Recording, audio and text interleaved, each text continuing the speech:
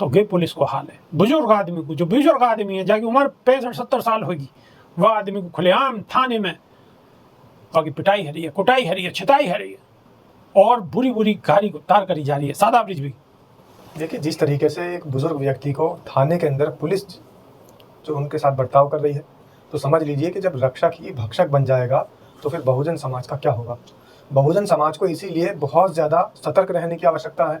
बेबाक जी, इस देश के अंदर किसी ना किसी प्रदेश में, मैं तो ये कहता हूँ कि हर और सादा ब्रिज भी, और मैं आपको बताऊं सबसे शर्मनाक बात यह है कि पुलिस ने ना तो लूट के FIR दर्ज करी है और ना ही SC/ST एक्ट के तहत कोई कार्रवाई करी है। क्यों करेगी पुलिस कार्रवाई?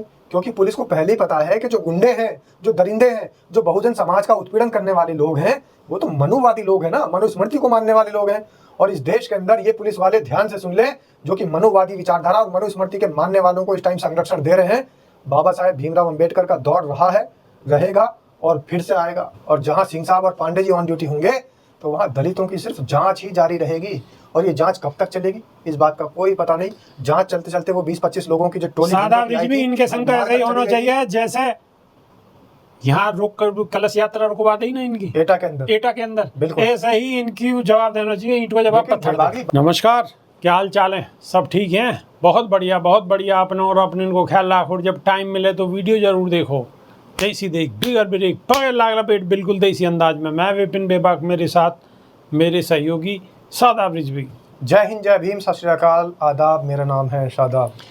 पुलिस थाने हो या बारात घर हो, सब दलितन के उत्पीड़न के बहुत बड़े केंद्र बन चुके हैं।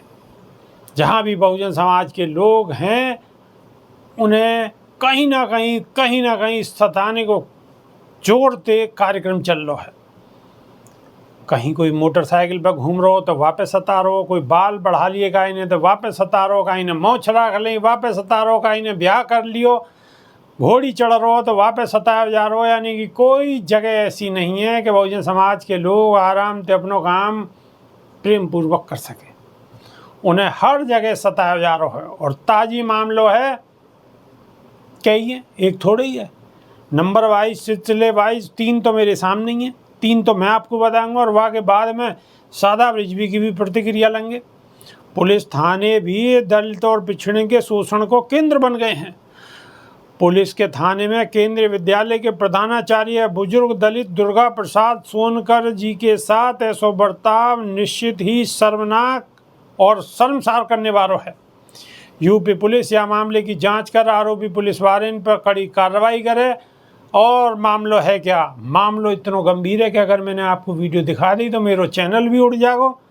यानी कि आप स्वराज टाइम्स को फिर देख नहीं पाओगे। चौवा में इतनी बुजुर्ग प्रधानाचार्य थे, जो टीचर हैं, दलित समाज से हैं, बहुजन समाज से हैं, उनके साथ इतनी मारपीट पुलिस वाले कर रहे हैं, इतनी मारपीट कर रहे हैं, इतनी मारपीट कर रहे हैं, जाति सूचक शब्द भी बोल रहे हैं और ऐसी गाली बोल रहे हैं, ऐसी गाली बोल रहे हैं कि बस पूछो ही मत। और कैसे था बट क्षमा करें, गुंडा तेरी क्या कर रहे हो यार? कितना बड़ा गुंडा है वाले तू?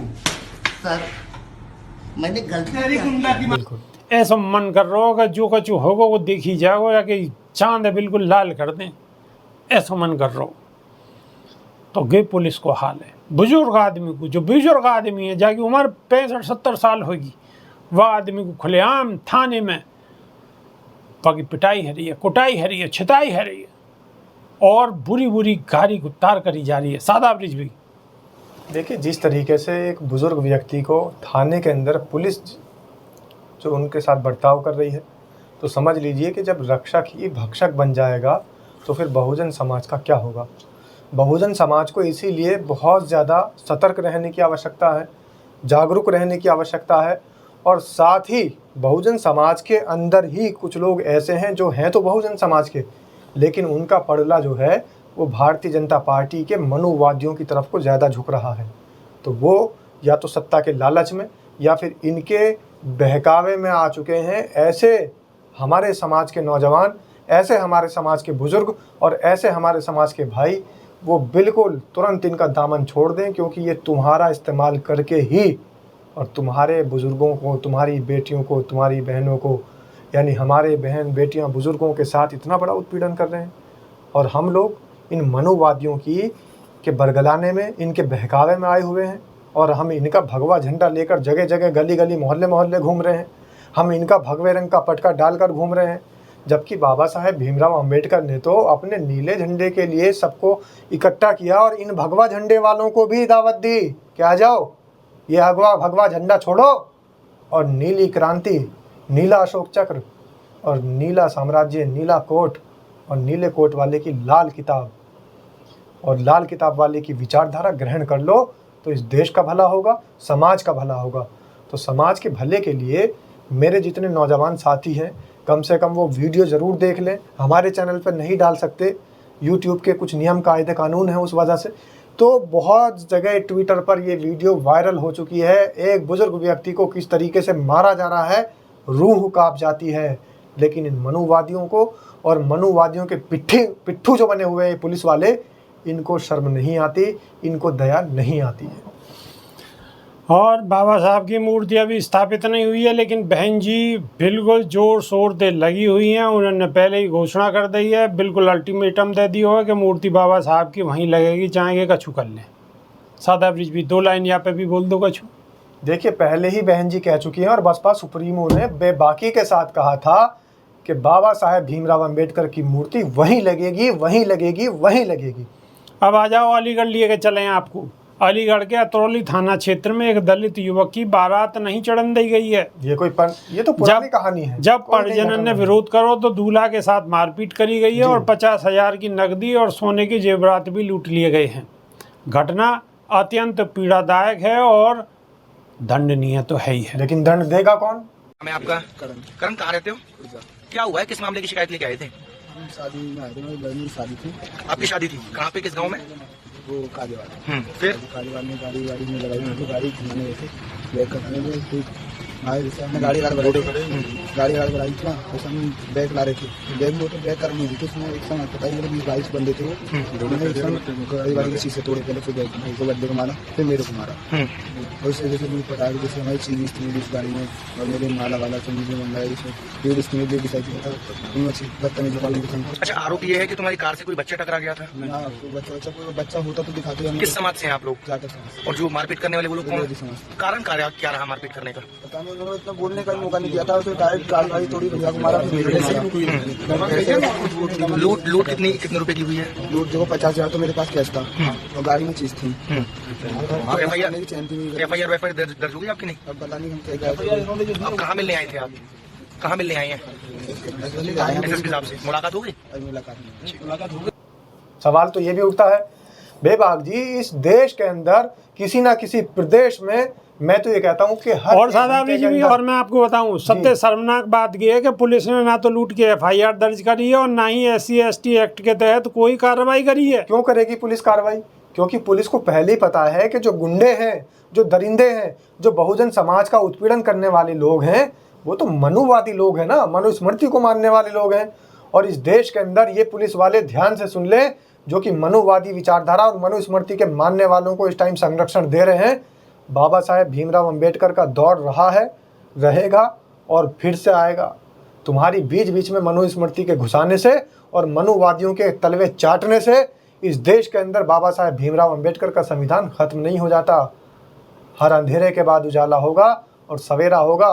बाबा साहेब भीमराव अंबेडकर का साम्राज्य स्थापित था, है और रहेगा। और वो दिन दूर नहीं है कि जब बसपा सुप्रीमो बहन मायावती की दहाड़ उत्तर प्रदेश से लेकर दिल्ली की गद्दी तक गूंजेगी। फिर कहाँ जाएंगे पुलिस वाले? फिर ये कौन से मनुवादियों के पास अपनी भीख मांगेंगे बचाने की?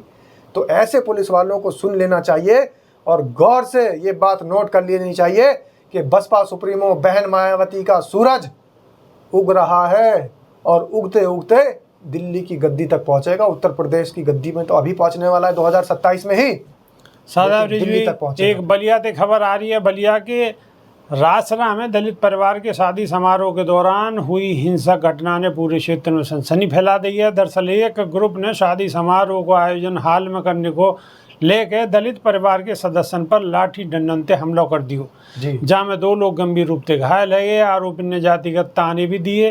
पीड़ित परिवार ने यह घटना की शिकायत पुलिस में दर्ज कराई। पुलिस ने केस दर्ज कर मामले की जांच शुरू कर दी है। हालांकि यह मामले में अभी तक काई की भी कोई गिरफ्तारी नहीं हुई। जांच ही चलती रहेगी।